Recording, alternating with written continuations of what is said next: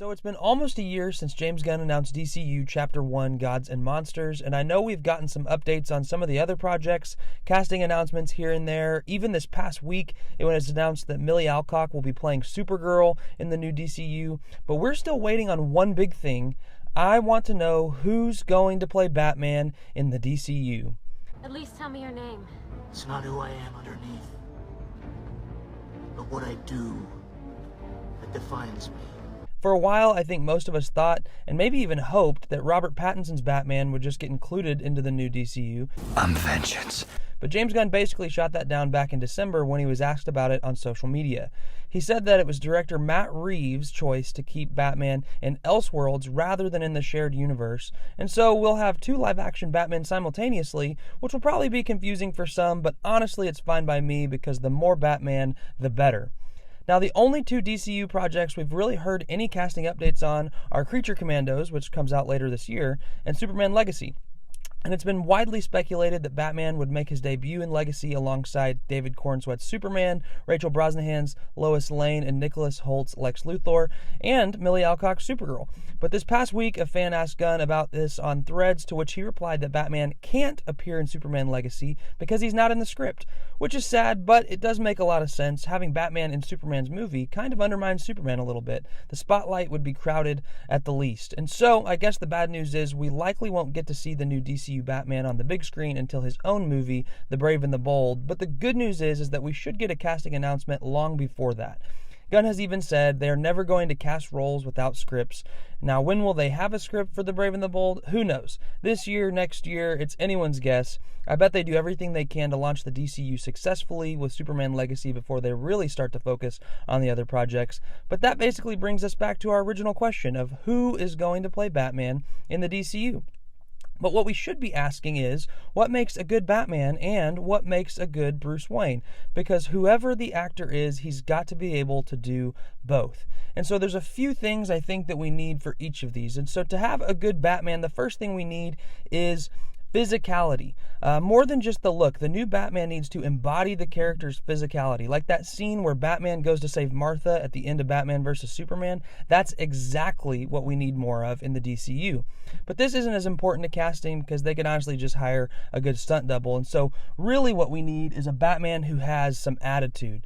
You need someone who can do the intimidating and brooding, but really without being cheesy. You know, they've got to be intense, and especially when it comes to the voice and just their overall portrayal of the character. As much as I love Christian Bale's overall Batman performance, I honestly don't think I could take another Batman who basically growls his lines. I'm Batman. And definitely not for the next 10 to 15 years in DCU Chapter 1. You know, Ben Affleck's voice changer thing in Batman vs. Superman and Justice League was honestly kind of cool, but I wouldn't be upset with Batman just using his regular voice. I can't even really begin to say how awesome it would have been to have had Kevin Conroy play like an old retired Batman in a live-action Batman Beyond movie. Rest in peace to the GOAT. I am vengeance. I am the night. I am Batman! Now, Batman is probably a little bit easier to cast than Bruce Wayne is. We've had a lot of good Batman, but honestly not the greatest Bruce Waynes. And so the first thing, obviously, that we need, again, is the looks. They've got to look the part, and I mean more than just the muscle. You know, we need someone who's tall, dark, and handsome. And even if they're not quite in Batman shape yet, so long as they can get there, everything will be okay. Christian Bale, you know, notoriously gained like 100 pounds in 6 months to play Batman after he finished The Machinist. David Cornsweet is even bulking up right now to play Superman.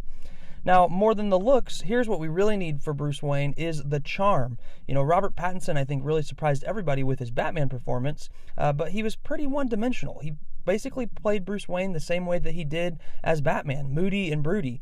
But Bruce Wayne is supposed to be Batman's alter ego, the performance, you know, that he puts on so that other people just think he's some rich guy who like flaunts his wealth around and therefore definitely can't be Batman. And so for the DCU, we need an actor with range, someone who can be intimidating and brutal, yet charming and fun. And lastly, the thing that we need to look at is age.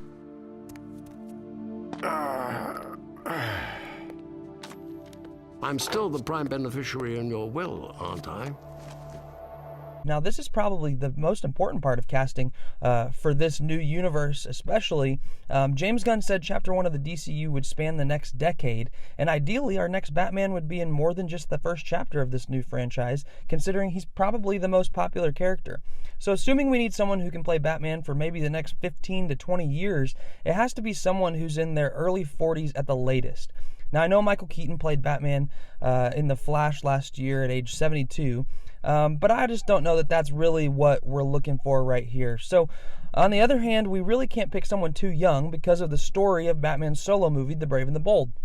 This movie is going to introduce us to the Bat family, and specifically to Batman's son, Damian Wayne, who will be the new Robin in the DCU. And in the comics, Damian becomes Robin at the age of 10, and assuming they even want him to be that young in the movies, we need a Batman who's at least 30 to 35 years old at the minimum. So, here is a huge list, about 28 different actors, that are famous and could potentially be playing Batman. Honestly, some of them have actually been mentioned, I think, in a lot of things online, fan castings and things like that. But we're going to do some elimination based on age. We need an actor who's in their 30s, again, early 40s at the latest, who can play a great Batman and a great Bruce Wayne, and both looks and sounds the part. So if you eliminate all of the actors who were born before 1980, that basically leaves us with this group. Now, sadly, that takes out actors like Tom Ellis and Jensen Ackles, who both look and sound the part. Now, the next thing that we need to look at is Batman's height. In the comics, Batman is 6'2" and is a super imposing figure, which is exactly what we need. Now, our new DCU Superman, David Cornsweet, is 6'4", so we really don't want a Batman who is much shorter than that, and definitely not one who's shorter than 6 foot, which really leaves us with this group. Now, there's some truly incredible actors that got taken out this round, like Timothée Chalamet and Barry Keoghan, though I really don't see them as Batman. A few other actors that barely missed the cut but do have the chops to play both Bruce Wayne and Batman would be like Jake Gyllenhaal, Sebastian Stan, and Aaron Taylor Johnson, but they are all 5'11". Now that brings us to these final 8, and I think there's a couple of these that we can eliminate right off the bat. Jacob Elordi actually turned down an audition for Superman, and I think he would have fit that role a little bit better. Plus, he's the youngest of all of our options at age 27, so we'll definitely eliminate him. And as fun as it would be to bring back Henry Cavill, which James Gunn seemed to be open to when it was announced that he wouldn't be returning as Superman, I don't think it would be for him to play Batman, especially alongside David Cornsweet. It would just feel like watching two Supermen, and honestly, seeing one of them who's been playing Superman for all these years, David Cornsweet would just kind of seem out of place.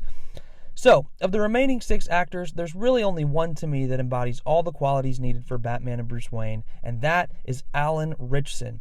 He stands at around 6'2", 6'3", and definitely brings the physicality needed for the role. Just go watch the fight scenes from Reacher if you don't believe me. He obviously has the skill to play an intense and serious Batman, but he has the personality to go with his looks to be a great Bruce Wayne. I really think a lot of the bad and cheesy acting from Reacher Season 2 is more of an issue with the writing than the acting itself, and so the only downside to him as Batman really is his age. He's one of our older options on our list, 42 years old. But Ben Affleck was 43 when he first played Batman, and he did so for another 7 years. Another thing Richardson has going for him is he's actually a dad. He has kids that are actually in similar age to what Robin will likely be in Batman the Brave and the Bold. And so to me, really this just works in about every sense. Now my dark horse picks for Batman are Jake Gyllenhaal and Aaron Taylor Johnson. Both have actually been considered to play Batman before. Jake Gyllenhaal for the Dark Knight trilogy and Aaron Taylor Johnson for The Batman. Now Gyllenhaal is a little older than Richardson, but is also an incredible actor who would totally kill the role. And Aaron Taylor Johnson seems to be more of an up-and-coming actor, even though he's had some pretty significant roles, such as Bullet Train, and even in the MCU as Quicksilver in Age of Ultron. And he will only turn 34 later this year. I think both these guys are good options. They are a bit shorter than Alan Ritchson, as I mentioned earlier, at 5'11", compared to his 6'3". But, George Clooney played Batman at 5'11", and Michael Keaton's only 5'9", and they've both played the Cape Crusaders, so you never know. Let me know if you like my pick for Batman in the comments, and if not, let me know who you think should play him in the DCU. Thanks for watching, and don't forget to like and subscribe to the channel.